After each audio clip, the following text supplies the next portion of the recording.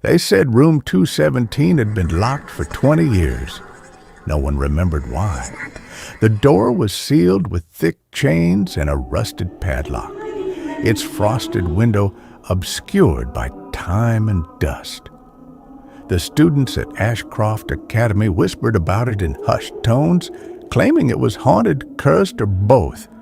But no one dared to go near. No one except Lena.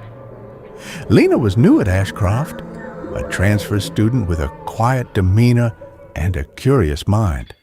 She wasn't one for rumors, but there was something about room 217 that pulled at her. A whisper beneath her thoughts, a sensation like déjà vu every time she passed that part of the third floor. She started to notice things, small things, like the flicker of light beneath the door or the way her reflection lingered a second too long in the glass across from it. One afternoon, after classes had ended and the halls grew quiet, Lena climbed to the third floor. The hallway was dim, the air heavier than usual. She approached the locked door. To her surprise, the padlock was missing. The chains lay on the floor like coiled snakes. She hesitated, heart pounding, then slowly turned the knob. The door creaked open. Inside, room 217 was untouched by time. Wooden desks were perfectly aligned. Chalk still clung to the blackboard. A half-erased equation remained frozen in mid-thought. Dust floated in the golden beams of sunlight piercing the windows, yet there was no sign of decay, no cobwebs. The room was waiting. Lena stepped inside, and the door shut behind her with a soft click. The air changed. Suddenly, Lena was no longer alone. The room shimmered. The chalkboard glowed faintly. Whispers swirled around her, overlapping voices from another era.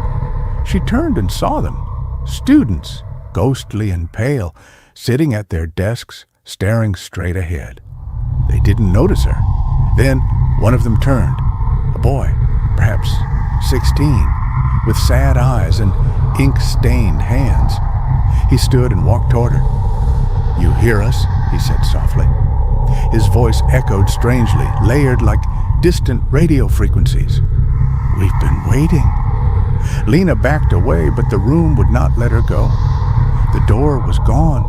Only endless black stretched behind her. "We're the lost," the boy whispered, trapped in the echo. "What do you mean?" Lena asked, trembling. "The lesson never ended. The bell never rang. We stayed." He showed her a broken watch, its hands stuck at 2:17. "They tried to cover it, seal us away, but the room remembers." Lena looked around again. The air pulsed with memory, scenes from a forgotten day playing on repeat.